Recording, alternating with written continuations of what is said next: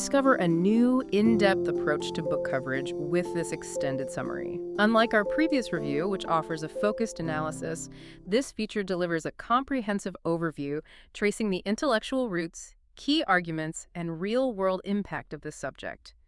If you appreciate this expanded format and find it helpful, let us know. Your feedback will help shape future content. It's a really significant shift for us, I think. We're getting much deeper into the actual mechanics of the arguments presented. Absolutely. And to kick things off, I want to pose a question, kind of paradox that the author starts with. We live in a society where, for the most part, we all agree racism is bad, it's immoral, it's just wrong.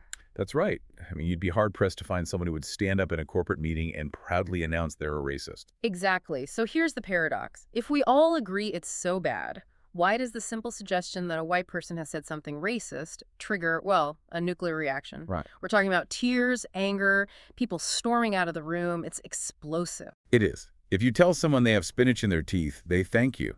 But if you point out a racial bias in a comment, the defenses go up immediately. And that very reaction, that powerful emotional defensiveness, is precisely what we're here to break down. It's the central focus of the book. You are experiencing a unique two-host AI conversation powered by Google's Notebook LM for deeper, more dynamic book summaries.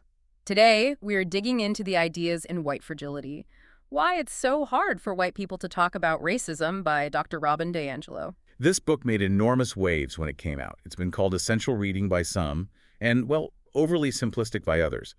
Our goal today is to really unpack the argument itself. Right. We're looking at the sociological framework she's presenting. She actually calls the book a kind of guided workshop. It is. It's designed to help white readers build what she calls the stamina to handle the discomfort of these conversations without shutting down. And we have to talk about that title right away, White Fragility. I mean, let's be honest, that term itself can really set people off. It sounds like an insult. It does. It sounds like she's calling people weak or thin-skinned. So how does she justify it? Well, she uses the term in a very specific, almost clinical sense. It's not about weakness. In fact, she argues it's an incredibly powerful, high-stamina defense mechanism. A defense mechanism, not a weakness. Exactly. Think of it less like a flower wilting and more like a defensive weapon. When that fragility is triggered, the crying, the arguing, its function is to stop the conversation, restore comfort, and put the focus back on the white person's feelings. So it's fragile in the sense that it can't handle racial stress, but it's powerful in its effect. Precisely. It effectively bullies the other person back into silence. And she argues this fragility doesn't come from nowhere. It's cultivated over a lifetime of insulation. Okay, let's get into that, the roots of it. Yeah. She's coming at this from years of experience as a diversity trainer, right? In corporate America. For over 20 years, she's seen these same patterns play out over and over again. And a key observation she makes is that white people are socialized to see themselves as just individuals, as the default. The universal human idea. Yes. In Western culture, whiteness is presented as the norm. So a white character in a film is just the hero. Their race isn't seen as relevant. But a character of color is almost always defined by their race. It's the difference between saying a lawyer and a black lawyer. That's a perfect example. And the result of this is that most white people are rarely, if ever, forced to think about their own race. It doesn't feel like a defining part of their identity. This creates what she terms racial insulation. I can hear some people pushing back on that, though, saying, well, it's the 2020s. Surely we're not that segregated anymore. But the data she points to says we are. Overwhelmingly. Most white Americans live, work, and socialize in predominantly white spaces. A person can go their entire career, from intern to senior management, without ever having a boss who isn't white. So you can live your whole life without your racial comfort zone ever being challenged. And that's the core of it. The muscle for handling racial stress never gets developed. It just atrophies from lack of use. So the second that comfortable bubble is pierced, there's no stamina to handle it. The system goes into shock. It makes me think of the scenarios from her workshops, where someone says, I was taught to be colorblind, I treat everyone the same. And they say it with such conviction, like it's the most moral position to hold. It used to be seen that way. But her argument is that if you claim not to see my color, you are willfully ignoring the reality of my life. You're denying the very system that shapes my experiences every single day. And when that's pointed out, the reaction is often, but my intentions were good. That is the intentions versus impact trap. It's a huge theme. The conversation immediately pivots from the harm that was done to a defense of the person's character. I didn't mean it that way. It's like stepping on someone's foot, and when they cry out in pain, you get angry at them for reacting because you didn't intend to hurt them. And then you demand they comfort you because you feel so guilty about it. It recenters the white person's feelings every time. This feels like a good transition into what I think is the absolute cornerstone of the book, the concept that explains almost all of this defensiveness.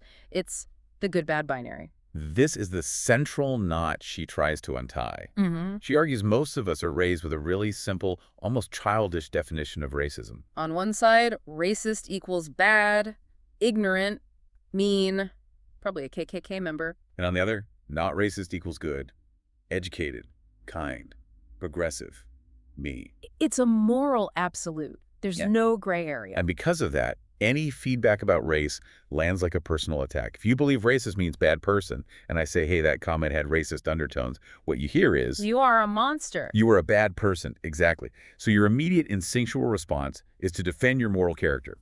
I have black friends. I voted for Obama. You're just trying to prove you belong in the good box. And while you're busy defending your character, you're completely avoiding any reflection on what you actually said or did. It makes honest feedback completely impossible. So she says we have to shatter that binary. We have to accept that good, kind, progressive people can and do perpetuate racism. Because racism isn't just about individual meanness, it's a system. That distinction is key. The idea of systemic racism versus individual prejudice. She talks about it being the water we swim in. Right. She defines white supremacy not as overt hate groups, that's the easy target, but as the entire societal structure where whiteness is the default and holds institutional power.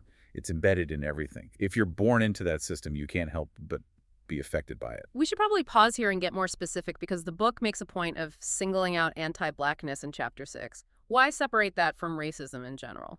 That's a really critical point in her argument. She says that while all racism is damaging, anti-blackness is the specific fulcrum on which the whole system rests. Historically, white identity was constructed in direct opposition to black identity. How do you mean? Think of the historical tropes. Whiteness was defined as rational, pure, and civilized. Blackness was constructed as the polar opposite, emotional, dangerous, and uncivilized. These stereotypes are everywhere, from old films to modern news coverage. Like when a white suspect is a troubled young man and a black suspect is a thug. Precisely. And DiAngelo argues these anti-black messages create a deep, often unconscious fear or aversion. So whiteness defines its goodness against the badness it projects onto blackness. You can't understand the larger system without seeing that specific dynamic at play. It's a difficult thing to confront, that idea that you've absorbed these messages even if you consciously reject them. And that desire to believe you're immune is, in itself, a form of fragility. It stops you from doing the work of examining those biases.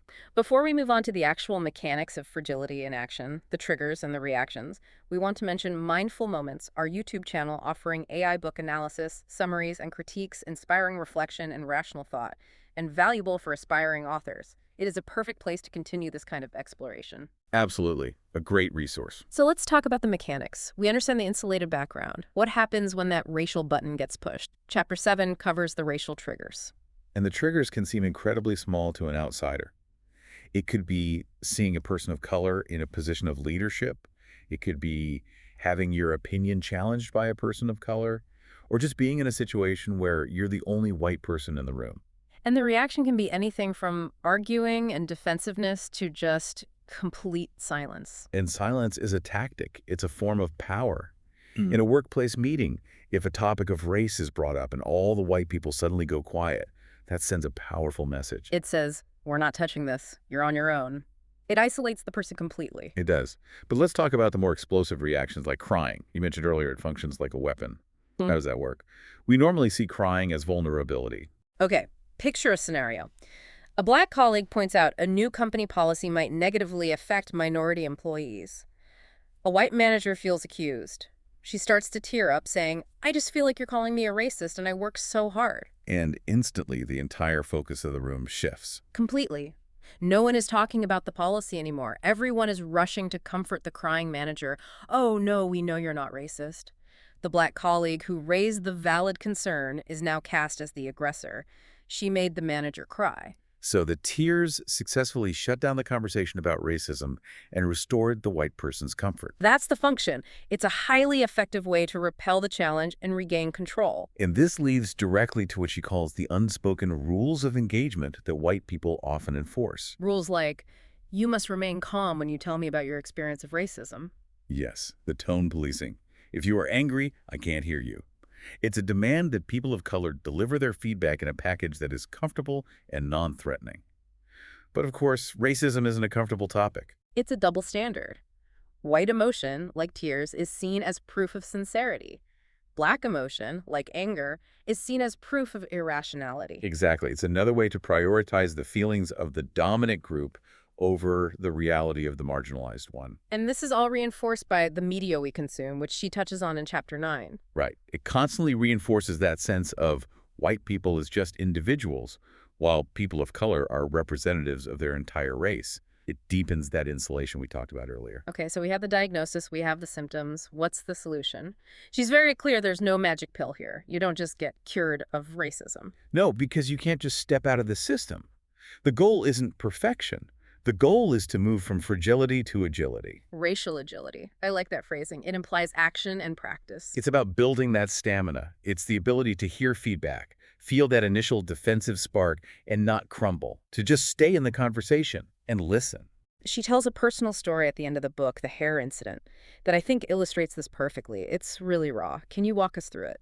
It's a powerful example of her trying to practice what she preaches. She's at a workshop and becomes fascinated by a black colleague's natural hair.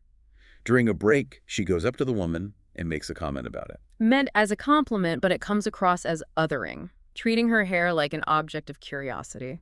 Exactly. And she doesn't realize it at first. Later, she's told the woman was offended. And right there is the moment of choice. Her fragility kicks in. Shame, panic, the urge to run over and say, I'm so sorry, I didn't mean it, I'm one of the good ones. She wanted to repair her own image. She wanted absolution, but the agile response is what she does instead. She recognizes that making the moment about her guilt would just be placing another burden on her colleague. So what does she do? She took some time. She processed her shame with another white person. Then she went to the woman, looked her in the eye, and said something like, I realize my comment about your hair was inappropriate and reinforced a racist dynamic. I apologize. And the key is, she didn't ask for forgiveness. No. She didn't say, are we okay? Please tell me I'm not a bad person.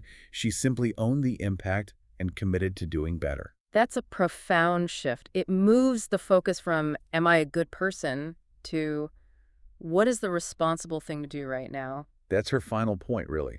Responsibility without innocence. Let go of the need to be seen as innocent, because in this system, none of us are. But we can all choose to be responsible. So as we wrap up, it feels like the big takeaway is that we need to completely reframe our relationship with discomfort. We spend so much energy trying to stay comfortable. But what DiAngelo is suggesting is that comfort is a sign of complacency. It's a sign that you're not being challenged. It might be a sign that you're just asleep to the reality of the system. So here's a thought to end with. If the whole system is designed to maintain white comfort, then maybe that feeling of discomfort, that heat in your stomach when a racial topic comes up, maybe that's not a sign you're being attacked. Maybe it's the first sign that you're finally waking up and engaging with what's real. Discomfort is the price of admission to a more honest conversation. It's a growing pain. It's the bubble breaking. And maybe that's exactly where the real work begins. I think that's the hope of the book. We hope this deep dive gave you some new tools and maybe a little more stamina for these difficult conversations. Click the link on screen for the in-depth book critique. Subscribe, share, purchase via link, and think rationally. It's been a fascinating discussion. See the many genre-based book podcasts at Mindful Moments. Subscribe and nourish your mind on the go.